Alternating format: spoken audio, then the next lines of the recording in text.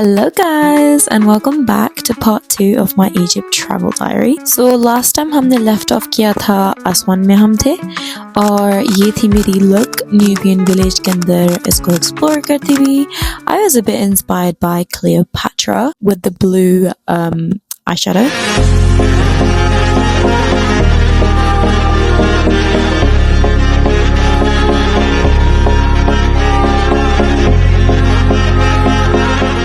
और मुझे कॉम्प्लीमेंट्स भी बहुत मिले थे ऑनेस्टली इस लुक के ऊपर. बहुत से शॉपकीपर्स और अदर टूरिस्ट भी कॉम्प्लीमेंट्स दे रहे थे और कह रहे थे they wanted photos with me. I felt like a celebrity. But ये हम अराइव हो चुके हैं लक्सोर के अंदर. आसमान से हमने ड्राइव की थी लक्सोर तक. I think it's like a 3-hour drive. तो हम इवनिंग में अराइव हुए थे और हमने ऑनेस्टली पहुंच के कुछ मच नहीं किया था, सिर्फ डिनर किया था और रेस्ट किया था क्योंकि कल हमने बहुत सी जगहें फिरना था. सो हमने फौरन डिनर किया था and then shower and off to bed.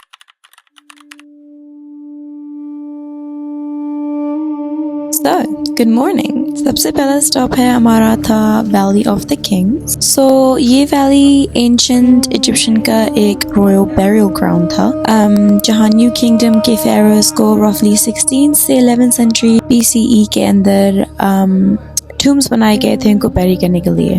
तो पिरामिड का आप लोगों को ऑलरेडी पता होगा कि वो भी एक टूम्स हैं, एक बहुत ही मोन्यूमेंटल बैरियल साइट्स हैं, बट वो सबसे ओरिजिनल बनाए गए थे. मगर उसके बाद में लॉट्स ऑफ रॉबरीज थी. बहुत से लोग उनके टूम्स के अंदर ब्रेक डाउन किए थे, उनका पूरा गोल्ड और ट्रेजर चोरी किया गया था. उसकी वजह से नए फेरोज ने ये ट्रेंड शुरू किया था इन माउंटेन्स के अंदर सीक्रेट केव्स टूम्स बनाना शुरू कर दिए ताकि उनकी बैरियल साइट हिडन हो और ताकि रॉबरीज को रोकने के लिए. इसी तरह ये है वैली ऑफ किंग्स. एक और वैली है जहाँ पे सिर्फ वैली ऑफ क्वींस के नाम से, जहाँ पे जितनी भी फेरोज की क्वींस रही थी वो सारी वहाँ पे बैरिड है. ये सिर्फ किंग्स की है. और इन टूम्स की खासियत ये है कि इनके अंदर सिर्फ उनकी बैरियल साइट नहीं है, ये इतने कलरफुल टूम्स हैं जितने मोस्ट हिस्टोरिकल जो जगहें होती हैं एंशिएंट इजिप्शियंस की वो आपको कार्विंग्स नजर आएंगी मगर कलर नहीं.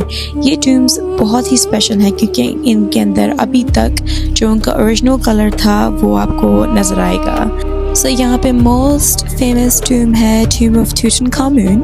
आप सब लोगों ने हिस्ट्री में उसका नाम ज़रूर सुना होगा. सो ये टूम था 1922 में हावर्ड कार्टर ने डिस्कवर किया था. टूटनखामुन या किंग टट सिर्फ अराउंड 9 years old था जब वो फेरो बना गया था और अनफॉर्चुनेटली बहुत यंग एज में ही उसकी डेथ हो गई थी. तो ये है उसकी बॉडी अभी तक उस टूम के अंदर है एक्चुअली. सो फन फैक्ट, ये जो टूम्स आपको नजर आ रहे हैं अभी और से नजर आएंगे, जब कोई किंग मरता था उसके साथ उनकी पूरी प्रॉपर्टी समझ लें पूरा गोल्ड और चीज़ें प्रोवाइड करते थे क्योंकि एंशिएंट इजिप्शियंस का उनके रिलीजन का बिलीफ था कि ये सारी चीज़ें किंग को हेल्प करेंगी उनकी आफ्टर लाइफ के अंदर. और ये जो आपको हायरोग्लिफिक्स और ड्राइंग्स और पेंटिंग्स नजर आ रही हैं अंदर, ये सिर्फ रैंडम डेकोरेशन नहीं थी, ये बेसिकली उनकी एक स्टोरी है या समझ लें जैसे कोई उनके जो स्क्रिप्चर हैं प्रोटेक्शन के लिए है ताकि किंग जब मरता है उसको अपनी आफ्टर लाइफ के अंदर उसकी जो जजमेंट होगी उसके कैरेक्टर की जो गॉड्स हैं उसको प्रोटेक्शन प्रोवाइड करे. And honestly walking inside was surreal. मैं इमेजिन नहीं कर सकती मैं उस जगह के अंदर हूँ. That's 3,000 years ago. किसी की एक तौर पे किसी की कब्र के अंदर आप जा रहे हैं. This is what tombs were. It's the burial site. It's जहाँ पे उनको दफनाया गया था उनकी गोल्ड और चीज़ों के सामने. So सारी अंदर इनकी जो टूम्स का साइज़ होता है किंग की एज के हिसाब से होता है. जैसे ही एक नया किंग पैदा होता है उसकी टूम बनाना शुरू कर देते हैं. उसके बारे में सारी उनकी हिस्ट्री लिखी होती है इन दीवारों के अंदर. इस किंग ने क्या क्या अचीव किया और उसकी सारी अकॉम्प्लिशमेंट एक स्टोरी बुक की तरह इन दीवारों के अंदर पेंट करते हैं. और उसका जो साइज़ होता है एज की उस किंग की एज के हिसाब से होता है. इसलिए टूटनखामुन का आपने जो टूम देखा होगा बहुत ही छोटा था और ये वाला टूम जो है बहुत ही बड़ा है बिकॉज ऑब्वियसली जितनी लंबी किंग की लाइफ होगी उतना ही बड़ा उनका टूम का साइज़ होता है.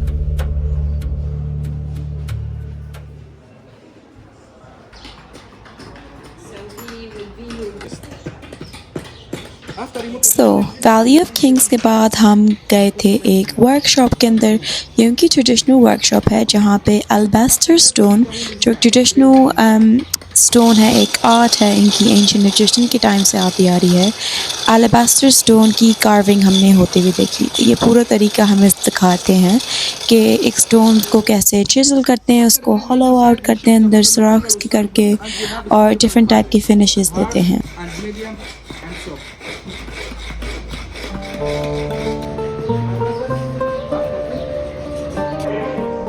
एंशिएंट इजिप्शियन अपने टाइम के अंदर अल्बास्टर स्टोन से मोस्टली बनाते थे वेसल्स और वाजेस, पानी कैरी करने के लिए, या ये जैसे आपको नजर आ रहा है डिफरेंट तरीके के पॉट्स बनाते थे। सो इस शॉप के अंदर नॉट ओनली एक तरह का अलाबास्टर उनके पास था, उनके पास मार्बल भी था और डिफरेंट तरह के थे। ये जो आपको नजर आ रहे हैं वाइट एंड ब्लैक, ये ओरिजिनल अलाबास्टर हैं और यहाँ से बहुत ही वैरायटी थी जो चूज करने की। इवन आपको स्टोन के ऊपर फ्लैट वो पेंटिंग्स भी हायरोग्लिफिक्स की तरह, और मोस्ट इम्पोर्टेंटली यहाँ पे लैम्प्स भी थे जो ग्लोइंग नजर आ रहे हैं पीछे, बहुत ही क्यूट। तो ये है फ्यू थिंग्स हमने जो पिक करी थी रैप होते वक्त। सो क्यूट ऑनेस्टली, यहाँ पे सारी चीजें बहुत ही जबरदस्त थी, दिल चाहता सबको ले लें।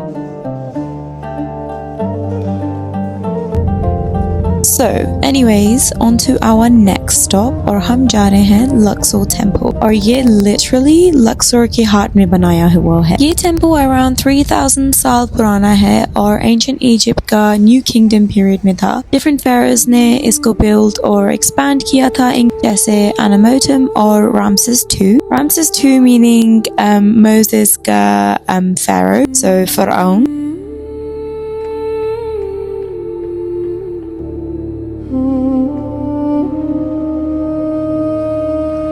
एक बहुत ही ब्यूटीफुल पार्ट इस हिस्ट्री का मुझे नजर आ रहा है। यहाँ पे 3 डिफरेंट इन्फ्लुएंसेस आपको नजर आ रहे हैं इस टेम्पल के अंदर। रोमन्स जब आए थे एंशिएंट इजिप्ट के अंदर, उन्होंने इसको अपना चर्च बनाने की कोशिश भी की थी, तो आपको रोमन टाइप की यहाँ पे पेंटिंग्स नजर आ रही होंगी दीवारों के अंदर मिक्स विद हायरोग्लिफिक्स। तो ये टेम्पल्स की पर्पस थी एक प्रे करने की जगह हो, जैसे मॉस्क्स होती हैं या टेम्पल्स नॉर्मली होते हैं, और जो भी किंग होता था अपना स्टैचू बनवाता था यहाँ पे, ताकि बताने के लिए उसने एक्सपेंशन करवाई। और रामसेस II या फराउन जो है, उसका एक ये ट्रिक था कि जो जितने पुराने किंग्स हैं उनके स्टैचूज तोड़वा के अपने नाम उनके ऊपर लिखवा देता था, या अक्सर कात उनके फीचर्स चेंज करा देता था, ताकि कहने के लिए देखो मैंने कितनी एक्सपेंशन करवाई इस टेम्पल के अंदर। ऑनेस्टली स्केल देखते ही महसूस होता है कि एंशिएंट इजिप्शियंस का इतना इंसेन लेवल था क्राफ्टमैनशिप्स का, उनकी इंजीनियरिंग करने का, कि इतने बड़े बड़े स्केल साइज के उन्होंने ये मॉन्यूमेंट्स बनाए थे उस टाइम के अंदर। Wow, Good. Amazing. Love that. तो at the end of the day हम घर आ गए थे, होटल आ गए थे, और जब हम डिनर का वेट कर रहे थे तो उनकी रूफटॉप के ऊपर उनके पास लॉट्स ऑफ गेम्स थी, जैसे पूल्स एंड डार्ट्स, और मैं और मेरी सिस्टर ने डिसाइड किया प्ले करने। हमें बिल्कुल भी पूल खेलना नहीं आता था, मगर वहाँ पे जो उनके वर्कर्स थे हमें सिखा रहे थे पूल कैसे खेलना है। Actually, darts के अंदर मैं quite good थी. This is the first time I tried it, so that was kind of fun. 3 on the floor. 2. Amazing. Next one. Even better.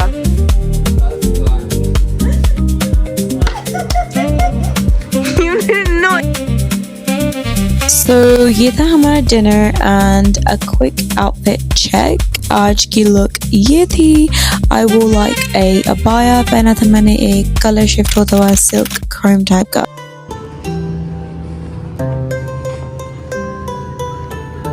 तो आज का दिन मोस्टली लक्सोर के अंदर हमारा एक रेस्ट डे था, स्पेशली बिकॉज कल का दिन बहुत ही इंटेंस था। हमने बहुत कुछ देखा तो हमने कहा थोड़ा सा रेस्ट करते हैं, और सिर्फ इवनिंग के अंदर हम तैयार हुए और हमने डिनर किया था बोट के ऊपर on the Nile. So beautiful, हमने पूरी सनसेट देखी इवनिंग तक। I mean, I don't know about you guys, मगर सफ़र में अक्सर कात मैं अपने आप को फाइंड करती हूँ इस तरह की क्वाइट मोमेंट्स के अंदर जहाँ मैं कुछ कहती नहीं हूँ और just सिर्फ ऑब्जर्व करती हूँ और देखती रहती हूँ। इस तरह जैसे ये नाइल है, अल्लाह की क्रिएशन को ऑब्जर्व करती हूँ और इस क्वाइट टाइम को मैं यूज़ करती हूँ रिफ्लेक्ट करते वक्त और अपने आप को काउंट करती हूँ कि मैं कितनी ही लकी हूँ, अल्हम्दुलिल्लाह for everything that I have. और रिफ्लेक्ट करते करते इसी तरह कुछ मेरे दिमाग में ख्याल आया कि ये वही नाइल है जिसे दरियाए हिंद नील कहते हैं उर्दू में, उसी पानी है जहाँ पर रवायत के मुताबिक मूसा अलैहिस्सलाम को उनकी वालदा ने अल्लाह के हुक्म पर यहाँ पे छोड़ा था एक बास्केट के अंदर। Like wow, so many thousands of years later मैं इसी रिवर के अंदर बैठी हुई हूँ, watching the same sunset, feeling the same water move beneath my feet. Just wow, subhanallah, alhamdulillah. और ये थी मेरी आज की look, very cutesy, very sea, very Zara Larsson inspired, never ending midnight sun vibes.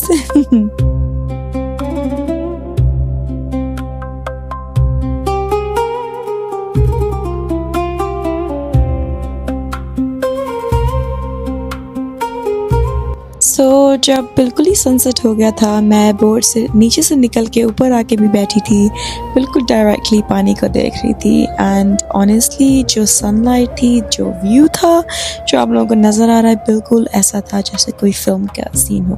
Just wow, सुभानअल्लाह, so stunning.